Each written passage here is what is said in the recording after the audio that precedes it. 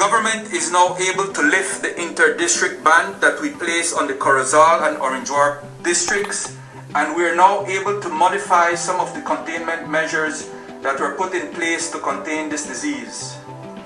But we could not have done this without the cooperation of the general public. First adjustment to the statutory instrument is that curfew is now going to be from 10 p.m. to 5 a.m. So it's no longer going to be 8 p.m. Curfew starting February 1st, Monday, will be at 10 p.m. and will go to the following morning until 5 a.m. This curfew applies to adults only. The 10 p.m. curfew applies to adults only. The curfew for minors continues in effect from 6 p.m. until 5 a.m. the following morning. So the curfew for minors remains in place, while the curfew for adults is now 10 p.m. to 5 a.m.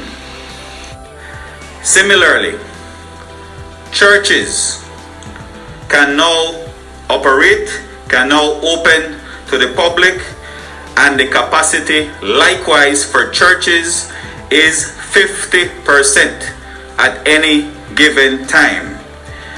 In addition to that, the service, we are asking by regulation that the service does not go beyond 1 hour in time.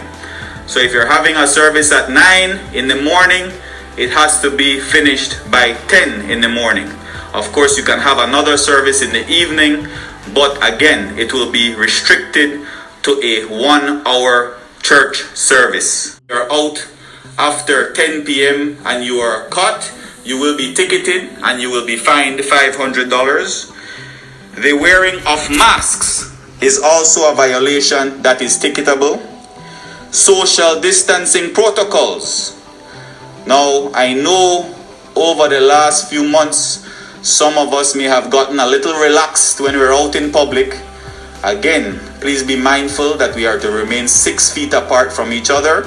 And if you are not practicing social distancing when you are out of your house, you can be ticketed. So please be mindful of that. And each and every person likewise will be charged $500. A ticket of $500 will be issued to them. All other restrictions remain in place. You cannot have parties at your house. You cannot have more than 10 people at your house.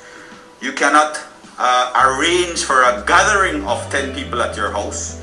And so these offenses still carry very strict penalties.